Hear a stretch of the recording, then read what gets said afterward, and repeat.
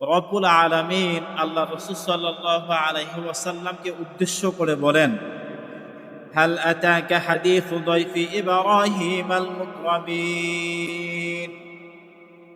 রব্বুল আলামিন বলেন, হে রাসূল, আপনার কাছে কি ইব্রাহিমের সম্মানিত মেহমানদের সংবাদ পৌঁছায়নি? ইব্রাহিমের মেহমানদের বৃত্তান্ত কি আপনার কাছে পৌঁছায়নি? ইয দাখালু আলাইহি ফাকালু সালামা।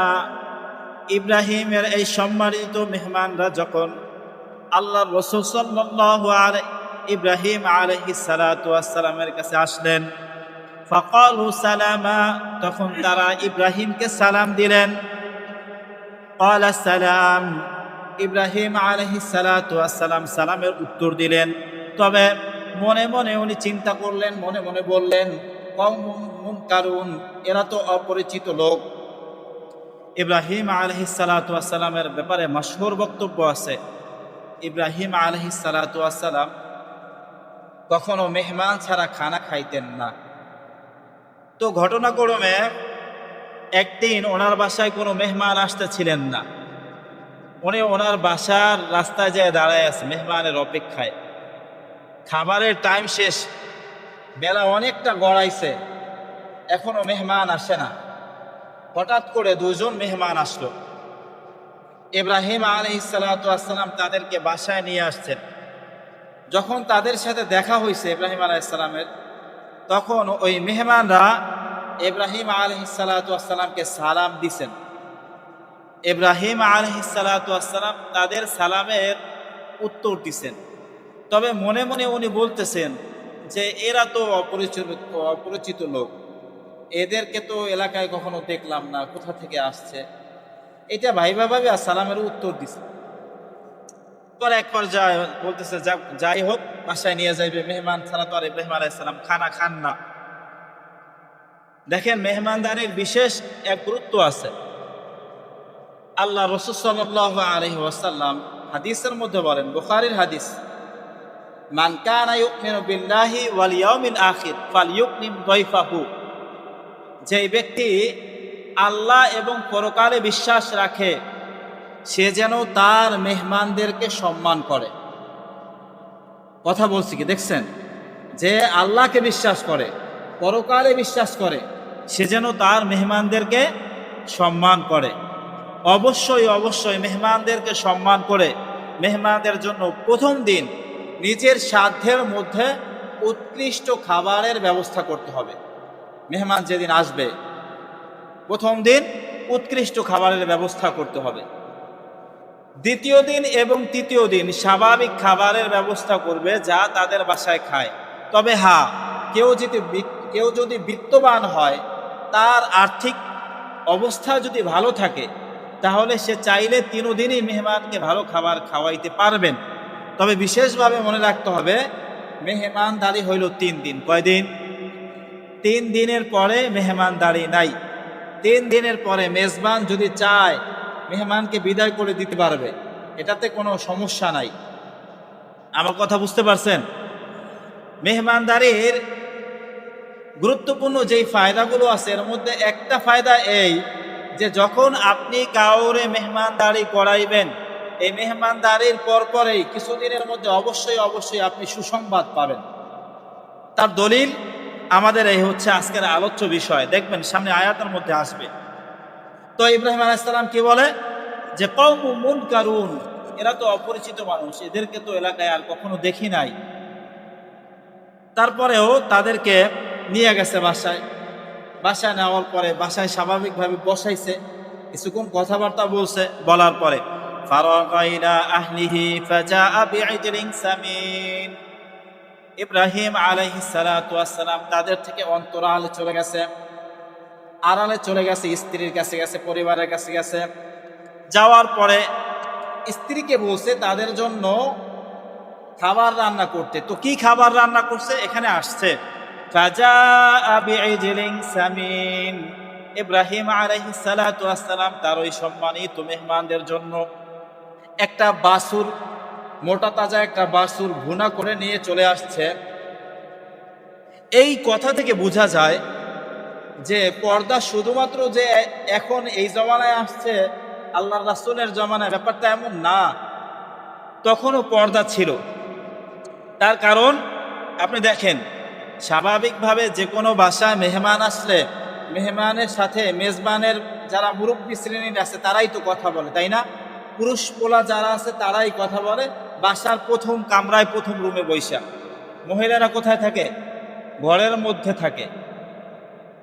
এইখানেও ঠিক এই বিষয়টাই। ইব্রাহিম আলাইহিস সালাতু ওয়াস সালামের যে স্ত্রী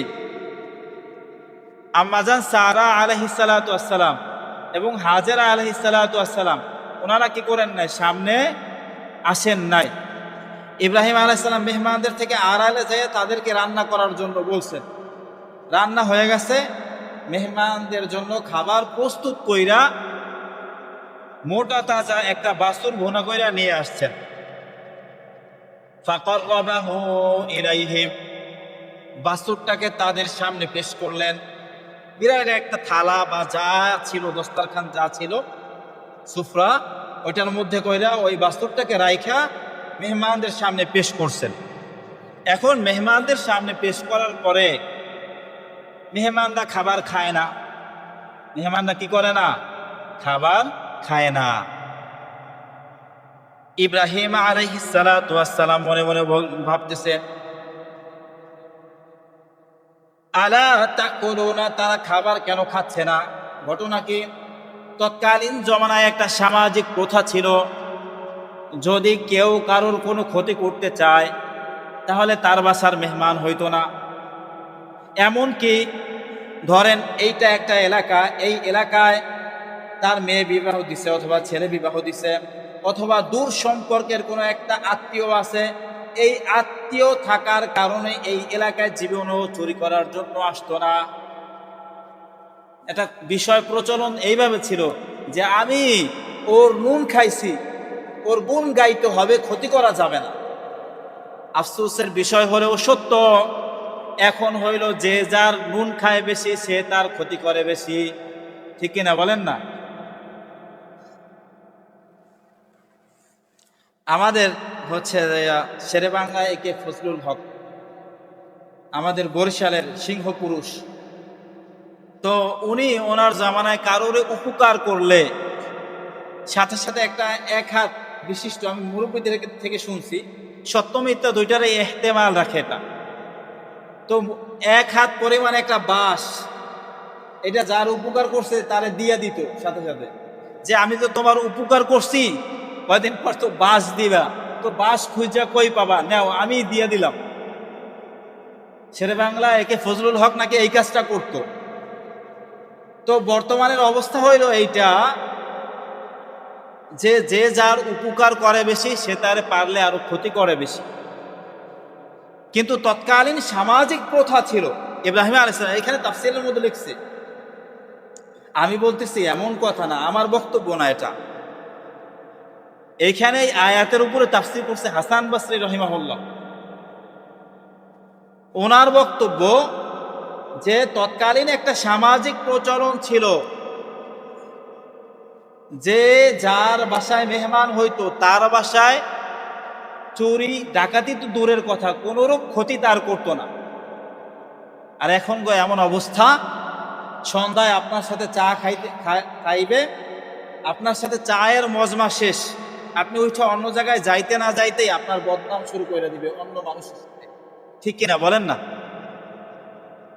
এটা বাস্তবতা, মানেন আর না মানেন। আর গীবত, শিকায়েত, পরনিন্দা, দোষ চর্চা, মানুষের ক্ষতি করা, এটা আমরা আমাদের নিত্যদিনের অভ্যাস বানায় ফেলাইছি। সবাই আমরা আমাদের নিত্যদিনের অভ্যাস বানাইছি। আমাদের মাথার মধ্যে সবসময় এইটা ঘুরে, কূটকৌশল, কিভাবে অন্যের ক্ষতি করা যায়, এই চিন্তা আমাদের মাথায়। ম্যাক্সিমাম মানুষ, সমাজের 95% মানুষের এই অভ্যাস হয়ে গেছে। হয়তোবা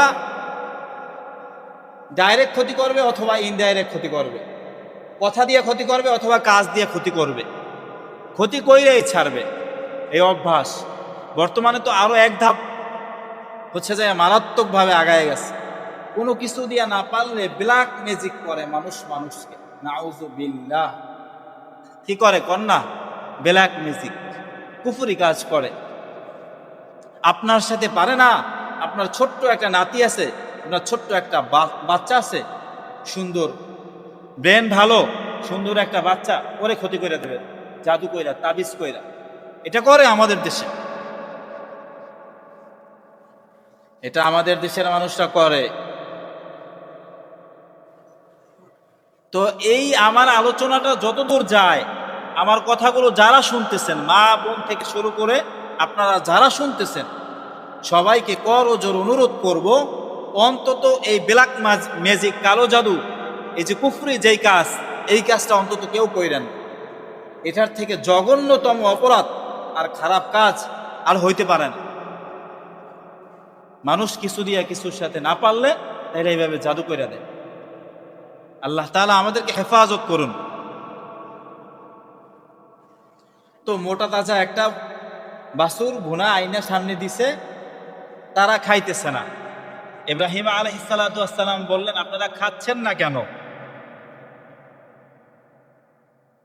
ফাআউজাসা মিনহুম খীফা, আর তারা যে খাইতেছে না এ কারণে ইব্রাহিম আলাইহিস সালাতু ওয়াস সালাম মনে মনে ভয় পায়। বলছিলাম ভয়ের কারণ ছিল আমার বাসায় খায় না, না জানি আমার কোন ক্ষতিটাই কইরা দেয়। তার কারণ তৎকালীন নিয়ম ছিল কি, যে যার বাসায় একবেলা খানা খাইছে তার কি করতো না? ক্ষতি করতো না। আমার আলোচনা আপনারা বুঝতে পারতেছেন? এই আমার কথা বুঝেন আপনারা? আচ্ছা, মনোযোগ দেন।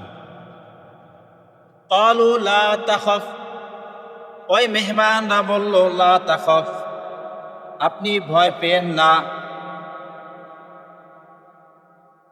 ওয়া বাশশারুহু বিগুলামিন আলীম, আর তারা ইব্রাহিম আলাইহিস সালাতু ওয়াস সালামকে একটা জ্ঞানী পুত্রের ব্যাপারে সুসংবাদ দিলেন। জ্ঞানী একটা পুত্র হইবে, এটার সুসংবাদ দিছে। আমি আমার আলোচনার শুরুতে বলছিলাম যে মেহমানদারি করাইলে সুসংবাদ আসে। ইব্রাহিম আলাইহিস সালাতু ওয়াস সালামের অভ্যাস ছিল মেহমানদারি করাইতেন। এই কারণে ইব্রাহিম আলাইহিস সালাম তো দ্বিতীয় সন্তান যেটা, ইব্রাহিম আলাইহিস সালামের সন্তান কয়জন ছিল? 2 জন, ইসমাইল আর ইসহাক আলাইহিস সালাম। ইসমাইল আলাইহিস সালাম, ইসহাক আলাইহিস সালাম। স্ত্রী কয়জন ছিল? 2 জন। বলেন না কয়জন? আম্মাজান হাজেরা আলাইহিস সালাম এবং আম্মাজান সারা আলাইহিস সালাম। তো ইসহাক আলাইহিস সালাতু ওয়াস সালামের ব্যাপারে এইখানে ইব্রাহিম আলাইহিস সালাম সুসংবাদ পাইছে। মেহমানদারি করানোর ওনার আদত ছিল, অভ্যাস ছিল। মেহমানদারি করাইলে যে সুসংবাদ পাওয়া যায়, এটা একটা প্রমাণের। বর্তমান জামানায় আমাদের মেহমানদারি করানোর প্রবণতা নাই বললেই চলে। আমাদের মা বোনের আরেকটা কাজ করে, তারা শুনলে হয়তো বা রাগ করবে। যেদিন মেহমান আসে বাসায়, ওই দিন কিছু অ্যারেঞ্জমেন্ট করে না, বাসায় যেগুলো আছে ওগুলো দিয়ে খাওয়াই দেয়। ভালো খাওয়ায় কোন দিন? বিদায়ের দিন, যেই দিন মেহমান চইলে যাইবে, ওই দিন কি করে? এই আমার কি ভুল হইতেছে নাকি আমি রাইট আছি? পুরা উল্টা, পুরা কি মানে আমাদের অবস্থা হয়েছে এমন, প্রত্যেক কাজ কোরআন হাদিসের উল্টা, প্রত্যেক কাজ। বিশ্বাস না হইলে মা বোনরা খোঁজ নিয়ে জিগাইবেন, আজকে আইবে, আজকে কি রান্না করবো, আজকে তো তারা আসবেই, যাওয়ার দিন একটু ভালো মন্দ খাওয়াই দেব নে, যাইয়া বাসায় বলতে পারবে যে আজকে কি দিয়ে খাই আসছে। এই চিন্তা ভাবনা কইরা প্রথম দিন কি করে না? ভালো খাবার খাওয়ায় না। একদম খেলাফি সুন্নাত একটা কাজ। সুন্নত হলো মেহমান আসার দিন তাকে ভালোভাবে মেজবানি করাইতে হবে, খুব ভালোভাবে সম্মান শ্রদ্ধা করতে হবে, খানা খাওয়াইতে হবে।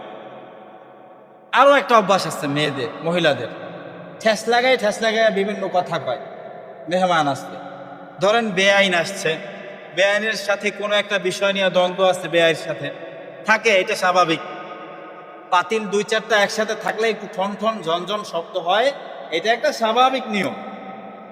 এখন কি করে? আপনার বাসায় মেহমান হয়েছে, এজন্য আপনি তারে পাওয়াই কথা কইবেন,